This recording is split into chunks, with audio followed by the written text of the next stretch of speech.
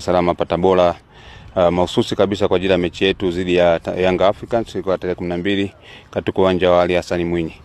Na kwa kikubwa ni kwamba wachezaji na benchi ya ufundi usafiri nao wote wako salama salimini. Tumefika hapa tumeona uwanja ni rafiki kabisa, ni uwanja mzuri. Unaonekana picha ya kijani kabisa, lakini majukwaa tumepita maeneo mbalimbali. Tumeona kila sehemu iko vizuri zaidi.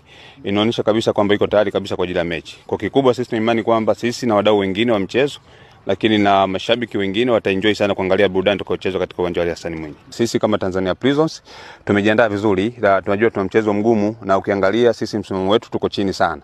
Na tuna mchezo na mtu ambaye anaongoza ligi, lakini sisi tuna nafasi yetu ni kujikwamua kutoka chini kwenda juu. Kwa mchezo na imani tutakuwa mgumu, lakini naomba waende kutupa support kwamba kama mechi itakapokuwa tarehe 12 waje kwa wingi, waje tupe support kubwa sana ili tuweze kutimiza ahadi yetu ya kupata pointi 3 na tuweze kujikita katika nafasi nzuri ya ligi.